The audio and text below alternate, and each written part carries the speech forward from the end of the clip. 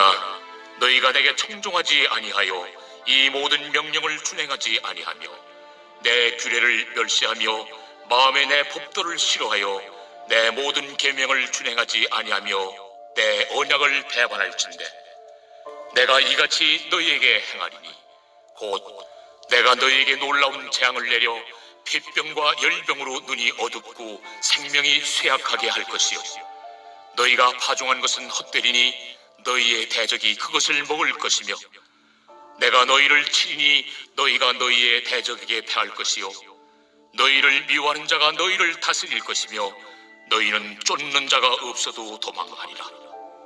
또 만일 너희가 그렇게까지 되어도 내게 청종하지 아니하면 너희의 죄로 말미암아 내가 너희를 7배나 더 징벌하리라. 내가 너희의 세력으로 말미암은 교만을 꺾고 너희의 하늘을 철과 같게 하며 너희 땅을 놋과 같게 하리니 너희의 수고가 헛될지라. 땅은 그 산물을 내지 아니하고 땅의 나무는 그 열매를 맺지 아니하리라. 너희가 나를 거슬러 내게 청종하지 아니할진대 내가 너희의 죄대로 너희에게 7배나 더 재앙을 내릴 것이라. 내가 들짐승을 너희 중에 보내리니 그것들이 너희의 자녀를 움키고 너의 가축을 멸하며 너희의 수요를 줄이니 너희의 길들이 황폐하리라. 이런 일을 당하여도 너희가 내게로 돌아오지 아니하고 내게 대항할진대 나 곧 나도 너희에게 대항하여 너희 죄로 말미암아 너희를 7배나 더 치리라. 내가 칼을 너희에게로 가져다가 언약을 어긴 원수를 갚을 것이며 너희가 성읍에 모일지라도 너희 중에 연병을 보내고 너희를 대적의 손에 넘길 것이며 내가 너희가 의뢰하는 양식을 끓일 때에 여인이 한 화덕에서 너희 떡을 구워 저울에 달아주리니 너희가 먹어도 배부르지 아니하리라. 너희가 이같이 될지라도 내게 청종하지 아니하고 내게 대항할진대 내가 진노로 너희에게 대항하되 너희의 죄로 말미암아 7배나 더 징벌하리니 너희가 아들의 살을 먹을 것이요 딸의 살을 먹을 것이며 내가 너희의 산당들을 헐며 너희의 분향단들을 부수고 너희의 시체들을 부서진 우상들 위에 던지고 내 마음이 너희를 싫어할 것이며 내가 너희의 성읍을 황폐하게 하고 너희의 성소들을 황량하게 할 것이요 너희의 향기로운 냄새를 내가 흠향하지 아니하고 그 땅을 황무하게 하리니 거기 거주하는 너희의 원수들이 그것으로 말미암아 놀랄 것이며 내가 너희를 여러 민족 중에 흩을 것이요 내가 칼을 떼어 너희를 따르게 하리니 너희의 땅이 황무하며 너희의 성읍이 황폐하리라. 어제 본문에서는 율법에 순종했을 때에 주어질 복에 대해서 살펴보았고 오늘 본문에서는 율법에 불순종했을 때에 받게 될 저주에 대해서 언급하고 있는데 불순종했을 때에는 그 징벌의 수위가 점점 더 세지는 것을 우리는 볼 수 있었죠.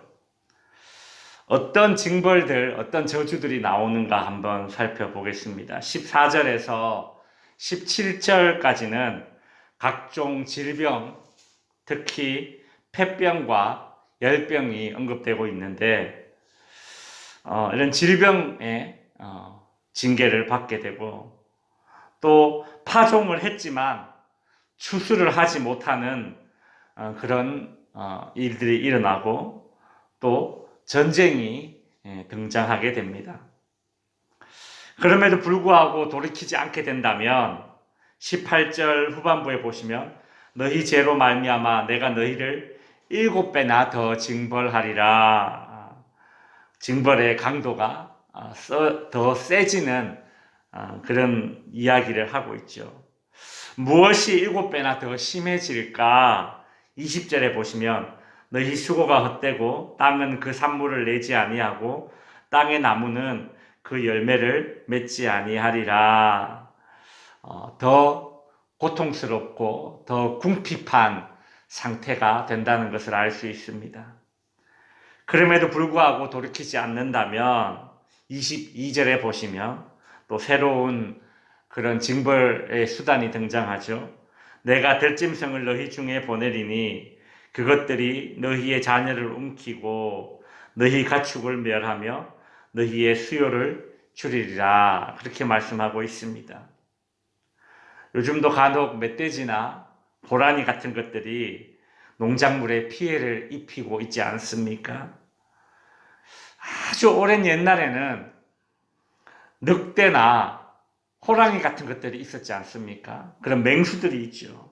그런 맹수들에게 사람이 죽게 되고 또 사람들이 이런 들짐승들이 무서워서 밖에 잘 다니지 않게 되어서 길이 황폐하게 되는 지경에 이르는 그런 상황이 펼쳐지게 됩니다.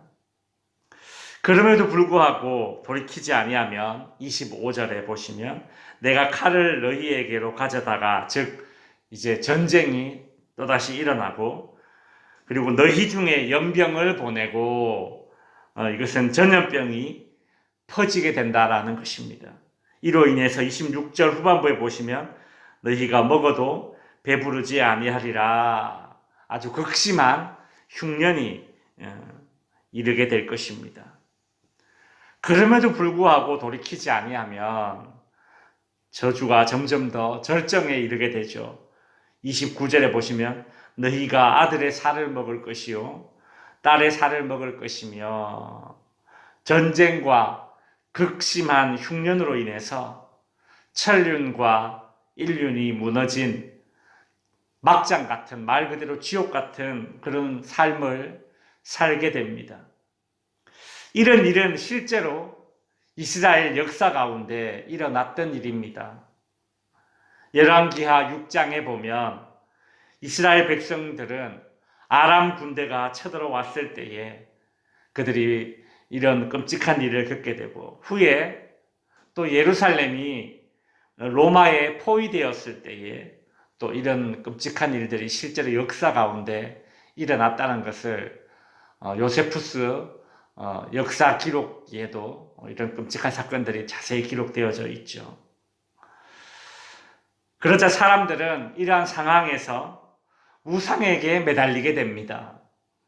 그러나 그들이 찾는 우상에게 아무런 도움도 받지 못하죠. 30절에 보시면 내가 너희의 산당을 헐며 너희의 분향단들을 부수고 너희의 시체들을 부서진 우상들 위에 던지고 라고 되어 있습니다. 상황이 어려울 때에 정말 하나님을 찾고 하나님께 회개하는 것이 아니라 우상에게 매달리게 되었던 것입니다. 하나님은 이제 그들에게 징계를 내리시기로 결정하셨습니다. 31절 후반부에 보시면 너희의 향기로운 냄새를 내가 흠향하지 아니하고 그렇죠. 하나님이 이스라엘 백성들과 함께 하셨던 그 하나님이 이제 이스라엘 백성들과 함께 하지 않겠다라는 그 말이죠. 너희의 향기로운 냄새를 내가 흠향하지 아니하고 이스라엘 백성들이 드리는 그 성전에서 드리는 그 제사를 받지 않겠다라는 말입니다. 그들은 어떤 징벌을 받게 될까요? 33절에 보시면 내가 너희를 여러 민족 중에 흩을 것이요 라고 합니다. 하나님을 떠난 그런 삶을 살았던 이스라엘 민족은 자신들이 살고 있던 터전에서 강제로 떠나게 될 것입니다. 이스라엘 백성들 북이스라엘은 아수르에 의해서 포로로 끌려가고 또 남유다는 바벨론에 의해서 포로로 끌려가는 그런 일들이 일어나게 되죠. 자신들이 살던 터전에서 강제로 흩어지게 됩니다. 포로가 되어서 적국으로 끌려가게 되죠. 말씀을 정리하겠습니다. 오늘 본문에는 많은 저주들이 언급되고 있습니다. 그래서 사람들은 하나님이 사랑의 하나님이시라더니 너무 잔인한 거 아닌가라고 생각할 수도 있겠지만 강도가 점점 더 세지기 전에 항상 먼저 나오는 말이 있습니다. 무엇인가 하면 그러나 너희가 내게 청종하지 아니하면 이라는 말입니다. 낮은 그런 징계 단계에서 항상 돌이킬 수 있는 그런 기회가 주어졌지만 그렇지 않았고 결국 돌이키지 않는 삶의 끝은 더 혹독한 징벌이었습니다. 우리 속담에 호미로 막을 수 있는 것을 가래로 막는다라는 속담이 있지 않습니까? 이 속담은 우리의 영적 상태에도 동일하게 적용되는 그런 교훈인 것 같습니다. 성도 여러분, 우리 자신의 삶과 신앙의 상태를 늘 돌아볼 수 있어야겠습니다. 하나님께서 중간중간에 끊임없이 주시는 그 회개의 기회를 놓치지 않고 붙잡을 수 있어야 할 것입니다. 그렇습니다. 사람은 잘못을 할 수 있고 또 죄도 지을 수 있습니다. 그러나 그때마다 하나님께서 회개의 기회를 주신다는 것이죠. 이것이 복입니다. 회개의 기회가 곧 회복의 기회입니다. 그래서 하나님께서 중간중간에 우리에게 끊임없이 부어주시는 그 회개의 기회를 붙잡고 그렇게 회복의 기회를 얻어가는 그런 우리 성도님들 될 수 있기를 주님의 이름으로 축원드립니다. 기도하겠습니다.